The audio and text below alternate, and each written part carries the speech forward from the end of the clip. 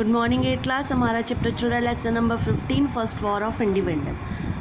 First war of independence यानी कि आज़ादी की पहली लड़ाई, उसके बहुत सारे मेन रिवॉल्ट के कॉजेज़ थे। Political causes, social causes, economic causes, immediate causes and religious causes, और सबसे मोस्ट इम्पॉर्टेंट है इमीडिएट कॉजेज़, क्योंकि इन्होंने एक ब्रिटिश ने एक एनफील्ड यूज़ की थी, एक गन बनाई थी एनफील्ड, जिसमें कार्डिडेज जो था वो मिक्सचर था फैट ऑफ काऊ और पिग का। काऊ जो है वो हमारे लिए बहुत पवित्र होती है, और जो पिग होता है उसका फैट मुस्लिम्स के लिए डर्टी होता है। इसीलिए Mangal Pandey was the first सिपाही जिसने वो यूज़ करने से मना कर दिया था और उसको फांसी की सज़ा दी। उसके बाद बहुत सारे एरियाज़ में, सेंट्रल इंडिया में, दिल्ली, लखनऊ, कानपुर, झांसी और भी जो प्लेसेस है वहाँ तक रिवॉल्ट फैला। वहाँ के सभी लोगों ने रिवॉल्ट किया। आपको मैंने बताया था कि रिवॉल्ट को किस तरह से दबाया गया। अब आता है, जब इतना एरियाज़ में रिवॉल्ट फैला तो क्या कॉजेज़ रहे, क्या कारण थे कि रिवॉल्ट फेलियर क्यों हुआ। सबसे पहले लिमिटेड अपराइजिंग जो रिवॉल्ट था वो पूरे होल इंडिया में नहीं फैला था। जैसे सिंध, राजपूताना, कश्मीर ये और साउथ, ये सारा पार्ट तो बच गया जहाँ पर लोगों ने रिवॉल्ट नहीं किया या सिपाहियों ने रिवॉल्ट नहीं किया। बहुत सारे रूलर्स, सिंधिया, होलकर, ये सब जो रूलर्स हैं, ये इन सब ब्रिटिशर्स के साथ थे, इसीलिए इन लोगों ने भी ब्रिटिशर्स का साथ दिया रिवॉल्ट में। इन लोगों ने सिपाहियों का साथ नहीं दिया। नंबर 2, इफ़ेक्टिव लीडर्स, कोई भी इफ़ेक्टिव लीडर नहीं था। रानी लक्ष्मीबाई, तात्या टोपे, नाना साहेब वैसे तो ब्रेव रूलर्स थे, ब्रेव फाइटर्स थे, कोई डाउट नहीं है इस बात में, पर इन्होंने भी अपने अपने लिए पर्पस के लिए ये लोग लड़ रहे थे। यही वजह थी कि कोई भी इफेक्टिव लीडर नहीं था जो इन सबको एक साथ लेकर चलता। लिमिटेड रिसोर्स जो हैं वो लिमिटेड थे, मनी की कमी थी, आर्मी मैन्स लोग कम थे, और मॉडर्न टेक्निक्स भी ब्रिटिशर्स की इंडियन सिपाहियों से बेटर थी। दूसरा बात, थर्ड, बहुत सारी मिडिल क्लास लोग जो थे, रिच लोग जो थे, ट्रेडर्स, ज़मींदार, बंगाल के मर्चेंट, वो सब ब्रिटिश को सपोर्ट कर रहे थे, एक भी इंडियन को सपोर्ट नहीं कर रहा था। तो अब आता है features of the revolt. Revolt के फीचर्स क्या रहे, ये कह लीजिए लॉन्ग लास्टिंग।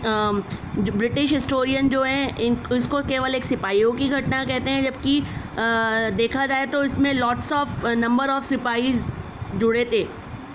ब्रिटिश आर्मी को बहुत मेहनत करनी पड़ी थी इसको दबाने के लिए। तो इसके म्यूटिनी तो शो करता है कि ये एक छोटी सी घटना तो नहीं थी, बहुत बड़ी घटना थी आर्मी की और सिविलियंस लोगों की।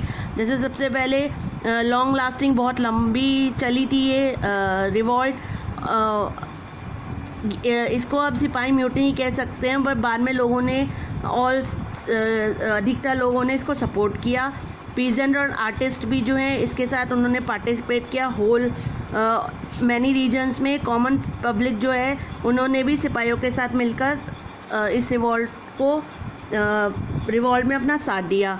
और हिंदू मुस्लिम, सबसे मोस्ट इम्पॉर्टेंट एक चीज़ दिखाई दी, हिंदू मुस्लिम यूनिटी। तो हिंदू मुस्लिम आपस में यूनिटी दिखाई उन लोगों ने, और इनके खिलाफ रिवॉल्ट किया। अब आता है result of the revolt. Revolt के रिज़ल्ट क्या रहे, जो ग्रेट अपराइजिंग है 1857 की, वो इम्पॉर्टेंट टर्निंग पॉइंट कहलाता है हिस्ट्री और मॉडर्न इंडिया का। बट रिवॉल्ट, जब ये रिवॉल्ट हुआ उसके बाद क्या हुआ, revolt mark the end of the east India companies rule. East India company का रूल ख़त्म हो गया, सारी पावर जो है ब्रिटिश क्राउन के पास आ गई। यानी अब हमारी भी एक क्वीन थी, जैसे हमारा एम्परर हुआ करता था, अब हमारी क्वीन थी। ये अनाउंस किया लॉर्ड कैनिंग ने दरबार में इलाहाबाद के 1 नवंबर 1889 को कि the name of the queen, अब जो भी काम है वो क्वीन के नाम पर होगा। 10 इंडियन एडमिनिस्ट्रेटिव, एक तरह से इंडियन एडमिनिस्ट्रेटिव जो थी, यानी इंडिया की पावर, इंडियन एडमिनिस्ट्रेशन की पावर क्वीन विक्टोरिया के पास चली गई। यानी अब जो भी लॉज रूल बनने थे या कुछ चेंज होना था वो ब्रिटिश पार्लियामेंट के द्वारा किए जाएंगे। लॉर्ड कैनिंग जो लास्ट गवर्नर जनरल था, वो गवर्नर जनरल की पोजीशन को ख़त्म कर दिया गया और अब वायसराय वॉज एस्टेब्लिश्ड। तो लॉर्ड कैनिंग जो लास्ट गवर्नर जनरल था उसका वो हमारा लास्ट गवर्नर चला था और हमारा फर्स्ट वायसराय भी था। वो first viceroy of India was Lord Canning. अब आता है चेंज और रिफॉर्म। क्या चेंजेस हुए। सबसे पहले ब्रिटिश कैबिनेट मिनिस्टर को अपॉइंट किया गया कि वो इंडिया के अफेयर को मैनेज करेगा। सेक्रेटरीट ऑफ स्टेट जो था, जिसको हम सेक्रेटरीट ऑफ स्टेट कहते थे, वो advisory body called the Indian council. और द सेक्रेटरीट ऑफ स्टेट जो था वो आंसरेबल था ब्रिटिश पार्लियामेंट के, यानी जो सेक्रेटरीट ऑफ स्टेट था वो इंडिया की देखभाल करेगा और वो आंसरेबल होगा ब्रिटिश पार्लियामेंट को। वो बताएगा कि क्या क्या वो काम कैसे कैसे देश को संभाल रहा है। दूसरी बात, गवर्नमेंट ऑफ इंडिया जो है उसका हेड होता था कभी गवर्नर जनरल, उसको हटा दिया गया और क्या कहते हैं क्राउन जो वायसराय है उसको नियुक्त किया गया।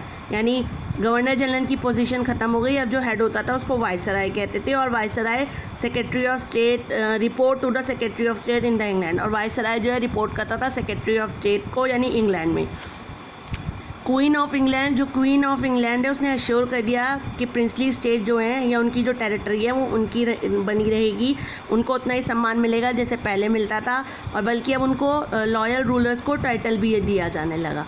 यानी एक तरह से इस प्रॉब्लम को ख़त्म किया जाने लगा कि चलो ठीक है, कोई बात नहीं, आपका एरिया आपको वापस कर रहे हैं। तो राजाओं को इन्होंने इस तरह से खुश कर दिया और राजाओं की जिन पेंशन्स बांधी थी उनको पेंशन्स देना दोबारा से स्टार्ट कर दिया। द क्वीन ने प्रॉमिस किया कि वो कॉमन पब्लिक को कि उनके रिलीजियस, सोशल और कल्चर बिलीव्स में जो प्रैक्टिस करते हैं इंडियंस की, उनमें वो अपना इंटरफेयर नहीं करेंगे। यानी जो बहुत सारे लोग रिलीजियस कारण से धर्म के नाम पर नाराज़ हुए थे और इन्होंने जो हमारे लिए सोशल लॉज बनाए थे, सती सिस्टम वगैरह, उनसे नाराज़ होकर इन लोगों ने किया था कि हमारा धर्म ख़राब कर रहे हैं। तो उन्होंने कहा आप अपना धर्म अपनाओ, हम आप में इंटरफेयर नहीं करेंगे। और सोशल रिफॉर्म्स, जितने भी सोशल रिफॉर्म्स हैं उनको स्टॉप कर दिया गया। समाज सुधार में जो भी उन्होंने लॉ बनाए थे उन्हें स्टॉप कर दिया। इन्होंने एक सबसे जो इन्होंने हिंदू मुस्लिम यूनिटी देखी उसको इन्होंने निशाना बनाया, the policy of divide and rule. इन्होंने divide and rule policy start करी ब्रिटिशर्स ने हिंदू और मुस्लिम्स को अलग अलग करने के लिए, उन दो ग्रुप्स को रिलीजियस करने के लिए। और देखिए तब से किया, आज भी हो रहा है कि हिंदू और मुस्लिम्स आपस में लड़ जाते हैं छोटी छोटी बातों पे।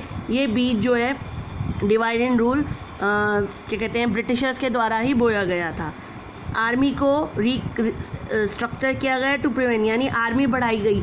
जो ब्रिटिशर्स की आर्मी कम थी, जैसे 87% इंडियन होते थे, केवल 11, 13, 14, 15% सारी ब्रिटिशर्स होते थे, इसलिए उन्होंने ब्रिटिशर्स की आर्मी को बढ़ाया फ्यूचर रिवॉल्ट के लिए। रेशो जो है यूरोपियन कंट्री का इंडियन आर्मी का, उसको भी इंक्रीज़ किया। अब जैसे बंगाल में इंडियंस रेशो था आर्मी का 1 और क्या कहते हैं ब्रिटिश आर्मी का रेशो था 2, यानी दुगनी।